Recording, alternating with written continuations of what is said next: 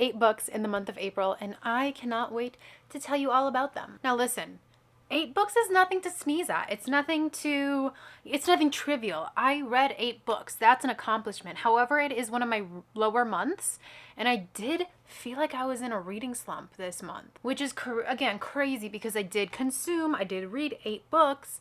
However, it felt hard. It felt very hard, and I definitely could have read more, but there were times when I decided to just zone out instead for several hours rather than getting any reading done. So that's on me. It's been a rough couple of months, thus the reading slump. However, I fear we are so back. We are so back. The last book I read in April, I read it within 2 days, which is what I used to be reading books at, 1 or 2 days tops. That's how I went through like 15 books a month. However, nothing quite hit like that last book. We're going to talk about it, but first, let's talk about the first 3 books, the Legendborn series. I did not read these all back to back to back, but I'm going to talk about them back to back to back. Legendborn, first by Tracy Deonn. 5 stars. I fear this whole series 5 stars. Let's talk about it. This series reminded me a little bit of the Mortal Instruments series. Is that what it's called technically? I actually never read it. I just watched the show and the movie. But the idea of like magical people, magical battles with demons, but only some people can see them, and those are the members of the Legendborn community, let's say. I was a little bit hesitant because the main character, Bree, is 16, and don't get me wrong, YA can be done very, very well. It's honestly, fantasy YA is done very, very well. I am pushing 30, and so sometimes I just feel like it's just not for me. I'm not the target demographic anymore. However, this book hit, okay? This book hit so well. Our main character, Bree, is 16. We pick up the book. Her mom has just passed away, and she is starting this kind of program for high schoolers at a university or a college. However, on like her first night there, she does see an interaction between like somebody at the school and a demon that nobody else seems to be able to see.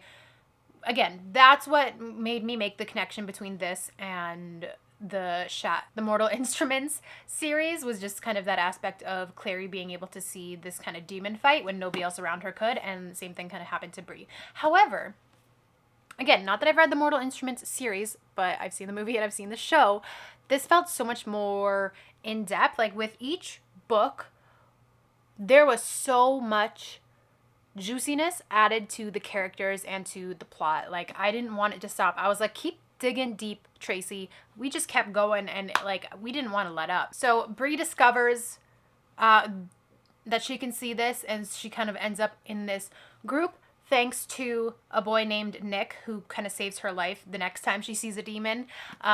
She starts, like, they bumped into each other, and then she sees this in the distance, and she runs towards it, having no idea what it is, and he saves her life. He is a member of the Legendborn. However, well, I don't want to go into more details. He's a member of the Legendborn series, and through him, she gets connected to this group of, how do we say, racist, misogynistic, rooted in very old-timey traditions, values, ways of life. The Legendborn are a community. I'm trying not to spoil any much. They're based off the Knights of the Round Table, essentially.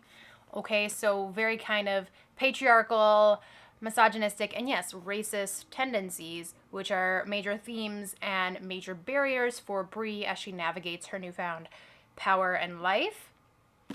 Each book just, again, added to the depth, added to the story, and continuously left on the worst cliffhangers of my life.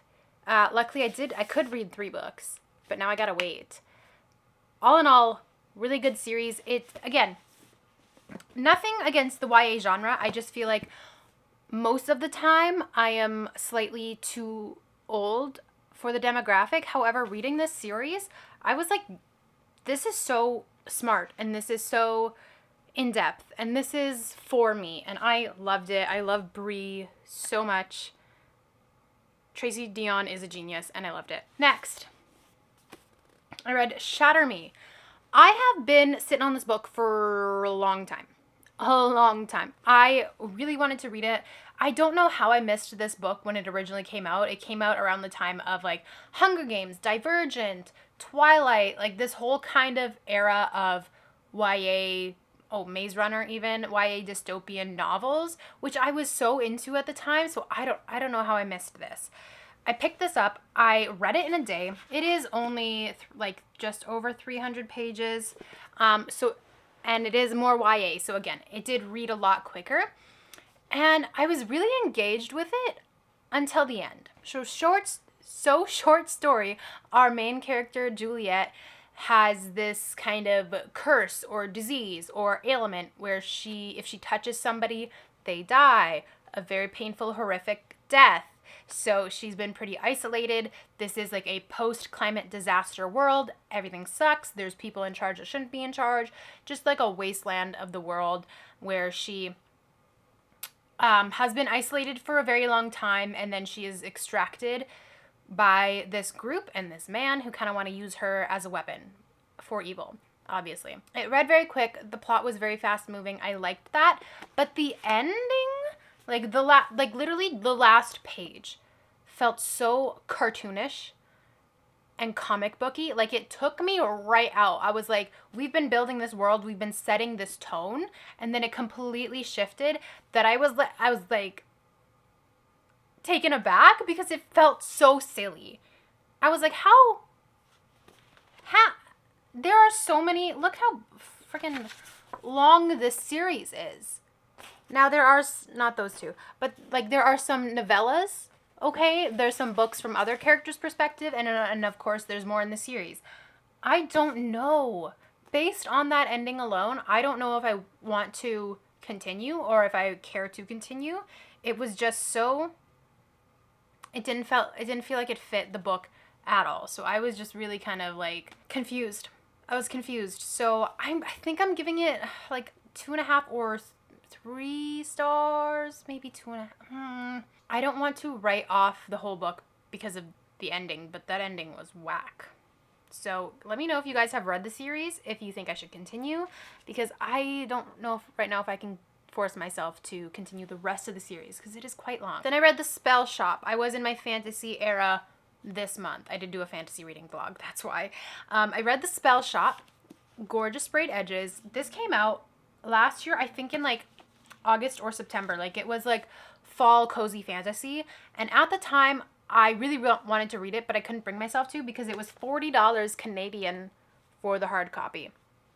And then I just happened to be scrolling Book Outlet, which is a book outlet store where books are affordable, and I found it for $12. I was like, add to cart, and it's in perfect condition. Absolutely perfect. Gorgeous sprayed edges. This is everything I needed it to be. It is very slow paced, whimsical, cottagecore, fairies, magical creatures. Like our main character, Keela, moves from the mainland to a small island with her sentient fern friend. Okay, amazing. She's got blue skin, blue hair. I don't know what she is, but she's magical. She moves to this little island where she actually grew up before her and her parents had moved. Her parents are now dead, so she reclaims the house, and she turns it into a jam shop. Are you kidding me? I know that sounds boring. There are some stakes, there are plot points that happen. However, if you are looking for something a little bit more chill, a little bit more relaxed, a little bit more cozy, this is for you.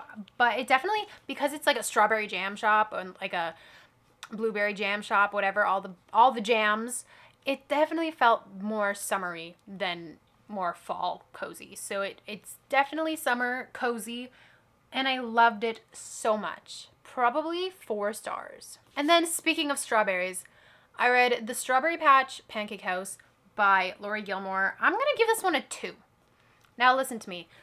I have read every book in this series, and I've rated them all 3 stars. The Pumpkin Spice Cafe, the Cinnamon Bun Bookstore, and the Christmas Tree Farm, I think it's just called. All 3 stars. And 3 stars for me is like pretty middle of the road, where it's like the writing was good, the story was fine, I have nothing against it at all, but it just wasn't for me. So it's like, because I don't want to be like, oh, I hated that book. It's like, no, I can respect it for what it is. It just wasn't like exceptional. It wasn't amazing, but it's still a very well written book, a very good book for somebody. But I've thoroughly like enjoyed it. They're just spicy little small town romance books. There's nothing too much depth in them, but what you see is what you get, and that's fine. And I think that there's a definite place. I know when like the first two, Pumpkin Spice Cafe and Cinema Bookstore, came out, and everyone was like, oh, they're so like aesthetic and beautiful and perfect for the season. But then people read them and they're like, people like this? I think you need to know what I will defend this series, because you have to know what you're getting into. There's nothing super deep. Okay? Small town, boy meets girl, falls in love. That's what you're getting, and it's a really good palate cleanser, I found. And also just, they're very good seasonal reads. So there was 2 fall books, there was a Christmas book, and now there's like a spring summer book. It's all very, it is what it is. However, this is my least favorite in the series because I don't like single dad romances. They're just not really for me. Again, nothing wrong with them. I understand why people like them, and I know that that is a huge trope that a lot of people like. It just wasn't for me. And I'm going to give a spoiler, okay? You have 5 seconds to click off. Wow, my hand looks weird. Okay, the spoiler is our main character has never really wanted kids. She hasn't thought too much about it, but she doesn't really like kids. She becomes a nanny, and she doesn't even really like kids. And then she falls in love with this father. And that's one thing, to like fall in love with somebody who has kids, and now you like have a kid by proxy. But then she like gets pregnant after 2 months of knowing this guy, and then suddenly she's just like, yep, I'm gonna be a mom. I'm so excited. I can't wait. And it just kind of, people can change their minds. There is room for people to do so in life. I respect it. However, that flip was so jarring that I just kind of, it was so off-putting. I don't know, you guys. Anyway, I'm done talking about it. I moved on to a better book. The Unworthy by Augustina Bazterica, author of Tender is the Flesh. Oh my gosh. Okay, first, I'm not here to talk about Tender is the Flesh, but I loved Tender is the Flesh. I will die on that hill. I think about it constantly. Was it disgusting and traumatizing? Absolutely, but it was necessary. Another banger. Again, we pick up after the climate disaster, after the climate crisis has kind of ravaged the world. There is a very interesting conversation on AI. Our main character, who does not have a name, which I love nameless. I love nameless protagonists. Anyway, she's kind of reminiscing about how when she was born was kind of after all of this negative stuff kind of happened.